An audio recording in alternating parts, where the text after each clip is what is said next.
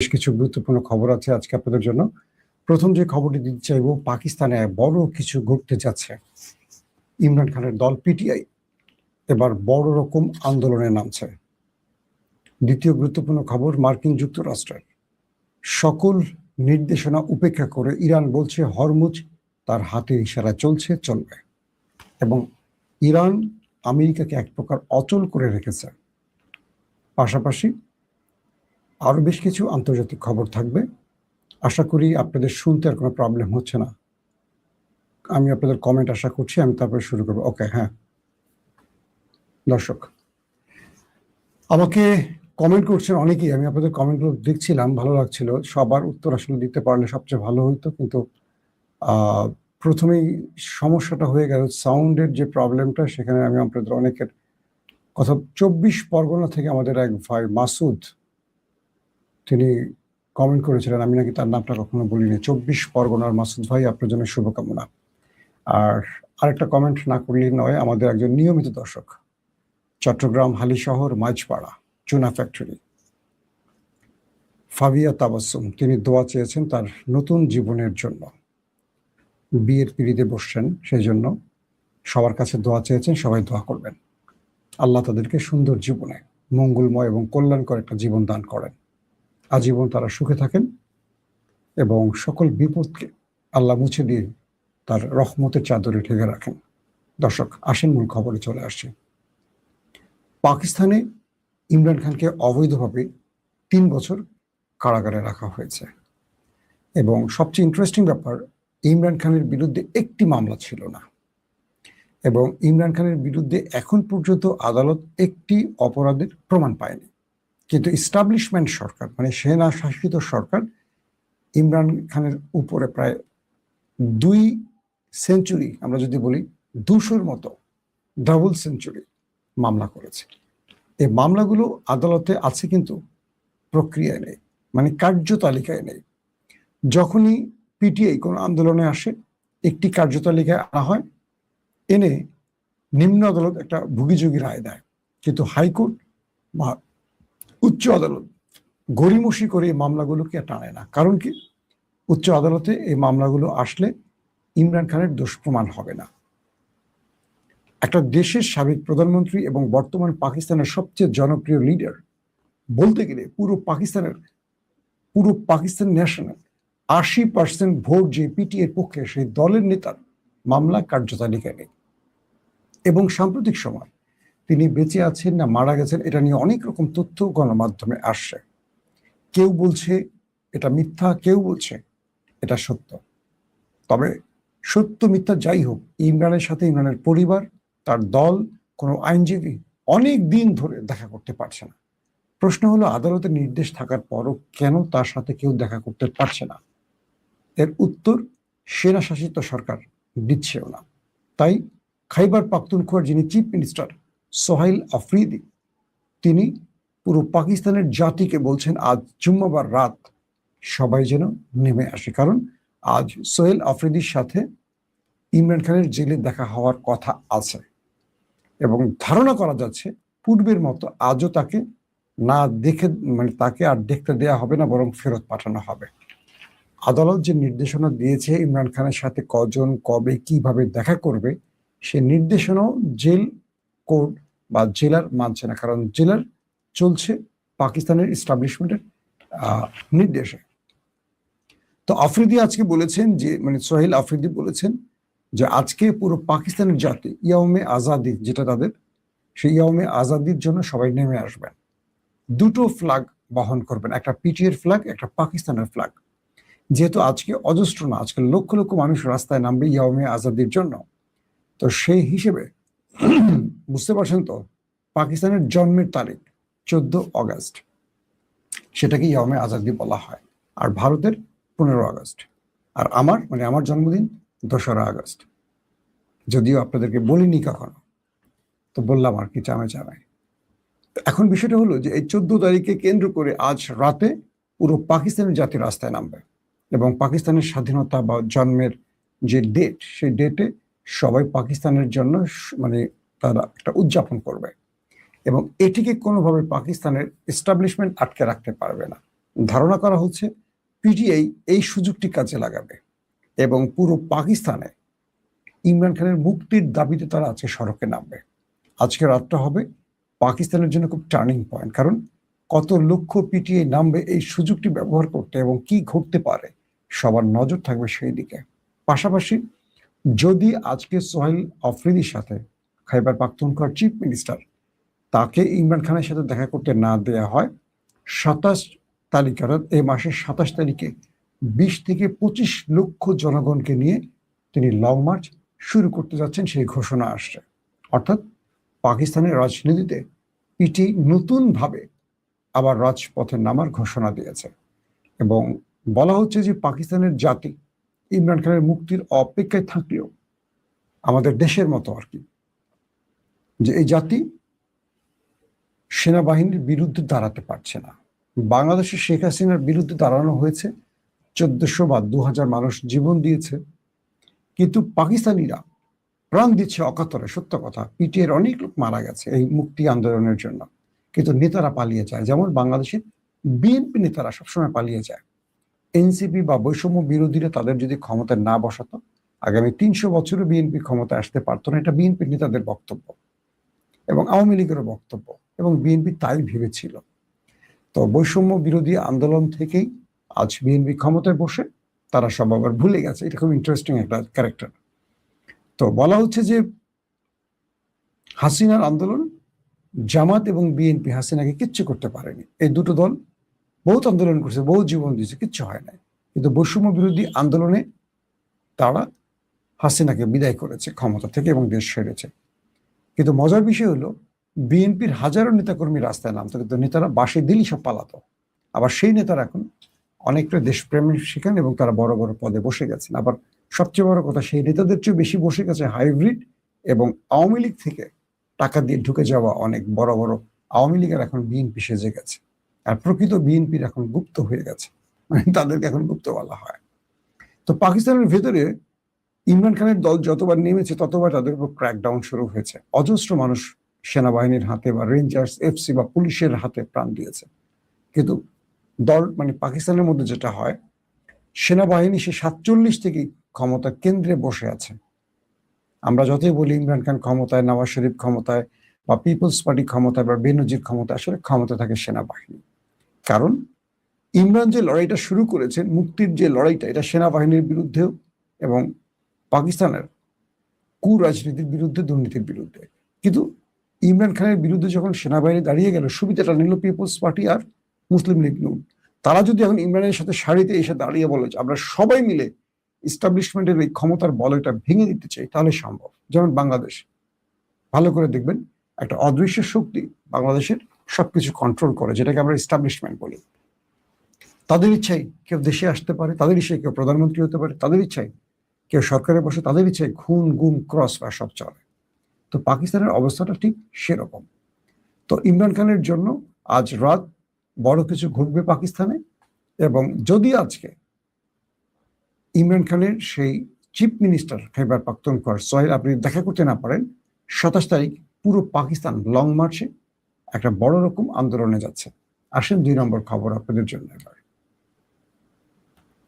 2 নম্বর খবরটি হলো আমাদের প্রেসিডেন্ট মিস্টার রজব তাইয়্যিব এরদোয়ানের। তিনি বলছেন আমরা তুরস্ককে সন্ত্রাস সমস্যা থেকে চিরতরে মুক্ত করব। কে বলছেন? রজব তাইয়্যিব এরদোয়ান। জাতীয় সংহতি ও সামাজিক সমন্বয় শক্তিশালীকরণ বিল পাশের কথা উল্লেখ করে রাষ্ট্রপতি রিসেপ তাইয়্যিব এরদোয়ান আজ বলেছেন, সন্ত্রাসমুক্ত তুরস্ক প্রক্রিয়ার অংশ হিসেবে তুরস্কের সংসদ এই সপ্তাহে একটি গুরুত্বপূর্ণ পদক্ষেপ নিয়েছে। রাষ্ট্রপতি ভবনে অতিথিদের পিকেকে সন্ত্রাসী হামলায় নিহত তুর্কি সৈন্যদের পরিবারবর্গ এবং প্রবীণ যোদ্ধাদের সঙ্গে বৈঠকের পর এরদোয়ান এমন মন্তব্য করেছেন। পাশাপাশি তিনি বলছেন যে এই সপ্তাহে আমাদের সংসদ সন্ত্রাসমুক্ত তুরস্ক প্রক্রিয়া একটি গুরুত্বপূর্ণ পদক্ষেপ নিয়েছে, যা আমরা আমাদের দেশকে সন্ত্রাসবাদের অভিশাপ থেকে মুক্ত করার লক্ষ্যে অনুসরণ করছে। এটি হলো যে পিকেকে সাথে একটা আন্ডারস্ট্যান্ডিং হয়েছে এবং পিকেকে তাদেরকে বিভিন্ন রকম অফার দিয়ে সন্ত্রাসের পথ থেকে সরিয়ে নেওয়ার তুরস্ক একটা দুর্দান্ত সিদ্ধান্ত নিয়েছে। সেই সিদ্ধান্তের আলোকে তুরস্ক কিছু ভালো সিদ্ধান্তের পথে হাঁটছে, যাতে করে দেশের ভেতরে বড় কোনো আর সন্ত্রাসী কর্মকাণ্ড না হয়। ইরান বলছে যে আমাদের অনুমতি ছাড়া হরমুজ দিয়ে জাহাজ চলাচল কোনোভাবেই সম্ভব নয়, এবং ইরান সরাসরি বলছে যে মার্কিন যে দাবি তারা হরমুজ কন্ট্রোলে রেখেছে এটা পুরোপুরি মিথ্যা। এখন পর্যন্ত পুরো কন্ট্রোলে রেখেছে ইরান। আসেন বিস্তারিত কি বলছে আরেকটু শুনে আসে। ইরানের সামরিক বাহিনী হরমুজ প্রণালী দিয়ে জাহাজ চলাচলের মার্কিন দাবি প্রত্যাখ্যান করে বলেছে তাদের অনুমতি ছাড়া কোনো জাহাজ চলাচল করতে পারবে না। এর আগের দিনে শুরুতে ইসলামিক রেভলিউশনারি গার্ড কোরের সহযোগী সংগঠন বাসিস আধা সামরিক বাহিনীর কমান্ডার হোসেন তায়েব বলেন, এই জলপথটি ইরানের নিয়ন্ত্রণে রয়েছে। ইরানের পররাষ্ট্রমন্ত্রী আব্বাস আরাকচি বলছেন, গোয়েন্দা ব্যর্থতার কারণে ইরান যুদ্ধ নিয়ে যুক্তরাষ্ট্র ভুল হিসাব করছিল এবং হরমুজ প্রণালী নিয়ে আরো বড় ভুল হিসাব করার ঝুঁকিতে রয়েছে তারা। মানে তারা বোঝাতে চাইছে যে হরমুজ প্রণালী নিয়ে যুক্তরাষ্ট্র যে পরিকল্পনা করেছিল মূলত সেটা আসলে ভুল পরিকল্পনা ছিল, তারা এখানে এসে ব্যর্থ হয়েছে। দর্শক আসেন এবার মূল শিরোনামে যাই। মার্কিন যুক্তরাষ্ট্রের প্রচুর সেনারা আত্মহত্যার ঝুঁকির মধ্যে আছে। মার্কিন কিছু গণমাধ্যম কিছু ছবি প্রদর্শন করেছে, সেখানে দেখা গেছে যে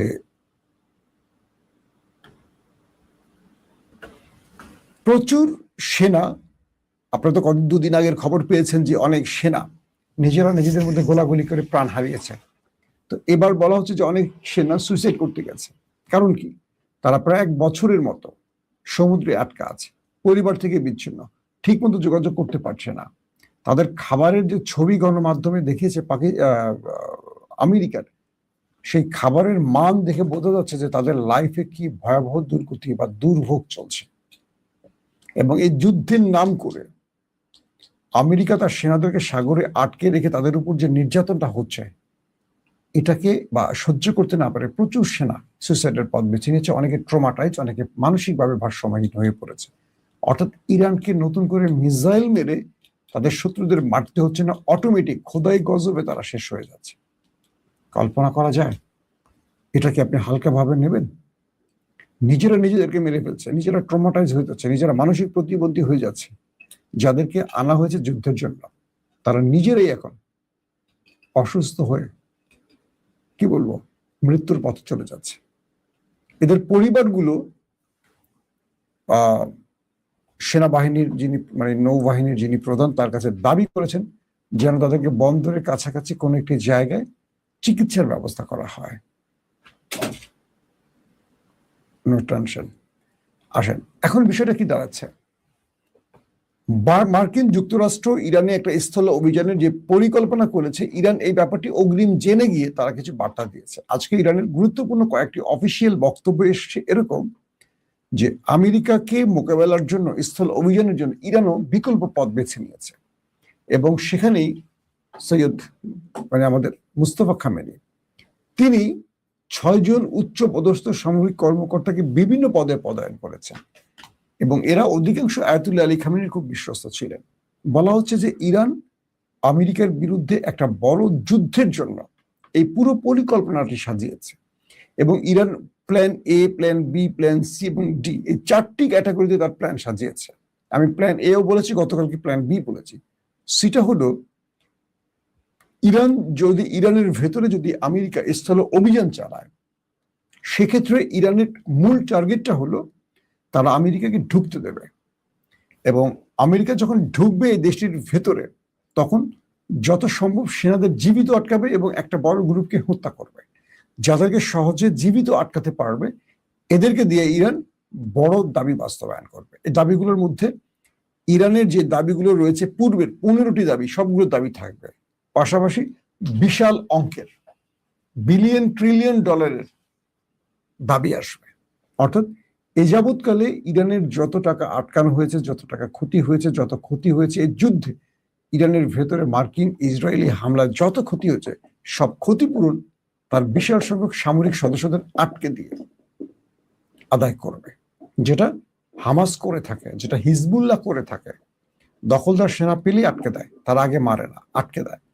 তার বিনিময় দেখা যায় 5 জন ইসরায়েলি সেনা তার বিনিময়ে 1000 গাজার তরুণদের বা গাজার যোদ্ধাদের ইসরায়েলের কারাগার থেকে মুক্ত করে। ঠিক হিজবুল্লাহও তো সেই কাজটি করে। ইরান এই পলিসিটি নিয়েছে। আর 4 নম্বর তাদের যে নেক্সট পরিকল্পনা সেটি হলো, আমেরিকা যদি ইরানে কোনো ম্যাসিভ নিউক্লিয়ার টাইপের অ্যাটাকে আসে, ইরান আমেরিকার উপর সেম প্রতিশোধ নেবে এবং সেই প্রতিশোধটি স্বয়ং আমেরিকার ভেতরে করবে আইসিবিএম ব্যবহার করে, ইন্টারকন্টিনেন্টাল ব্যালিস্টিক মিসাইল ব্যবহারের মাধ্যমে। অর্থাৎ 4টি পলিসি ইরান আমেরিকাকে জানিয়ে দিয়েছে বলতে তাদের গণমাধ্যমে আলোচনার মাধ্যমে প্রকাশ করে দিয়েছে। এখন ট্রাম্প যত বক্তব্য দিচ্ছেন, যত কথাই বলছেন, ট্রাম্প এইটুকু বুঝতে পারছেন যে ইরান তার টার্গেট থেকে এক চুলো সরবে না। এখন পর্যন্ত হরমুজ বন্ধ এবং এখন পর্যন্ত আমেরিকা যত দাবি করছে হরমুজ তাদের কন্ট্রোলে, কিন্তু আমেরিকার কন্ট্রোলে নেই, এটি আছে ইরানের কন্ট্রোলে। এবং প্রতিদিন ইরান তার সারপ্রাইজ দেখাচ্ছে। আমেরিকা যে জাহাজটাকে ঢুকাচ্ছে, ইরান সেটাকে আটকে দিচ্ছে অথবা হিট করছে। তো এভাবেই আবার ইরান কি করছে, বিভিন্ন দেশের পতাকা দিয়ে তাদের জাহাজগুলোকে, তাদের যে তেলের জাহাজ সেগুলোকে বিভিন্ন দেশের পাঠাচ্ছে। ধরেন বাংলাদেশের পতাকা উড়িয়ে দিয়েছে, মালয়েশিয়ার পতাকা উড়িয়ে দিয়েছে। তো ইরান বিভিন্ন কৌশলে আবার আমেরিকার যে নেভাল ব্লকেট সেটাও ভাঙছে। তো এভাবে ইরান কৌশলগতভাবে ইরানকে আমেরিকাকে পরাস্ত করছে। এখন আমেরিকা ভয় পাচ্ছে স্থল যুদ্ধে এসে তার যে সেনাবাহিনীরা ইতিমধ্যে ট্রমাটাইজ হয়ে গেছে, বিক্ষিপ্ত হয়ে গেছে, তারা যুদ্ধে অনীহা প্রকাশ করছে। এই লড়াইটা স্থল অভিযান মানে 1 দিন 2 দিনের না, একটা লম্বা সময়ের যুদ্ধ শুরু হবে। পার্বত্য অঞ্চল বা চারদিকে পাহাড় বেষ্টিত ইরানে আমেরিকা ঢুকে গিয়ে সফলতা নিয়ে বেরিয়ে আসতে পারবে, এটার প্রশ্ন স্বয়ং পেন্টাগনের রয়েছে। পাশাপাশি ইরান বিভিন্ন গুরুত্বপূর্ণ পারমাণবিক প্রকল্পের আশেপাশে মাইন পুঁতে রেখেছে। যে পারমাণবিক চুরি করা বা ধ্বংস করার মার্কিন ইসরায়েলি পরিকল্পনা, এটা খুব সহজ হবে না তাদের জন্য, কারণ তারা নামার সঙ্গে সঙ্গে মাইনগুলো বিস্ফোরণ হওয়া শুরু করবে।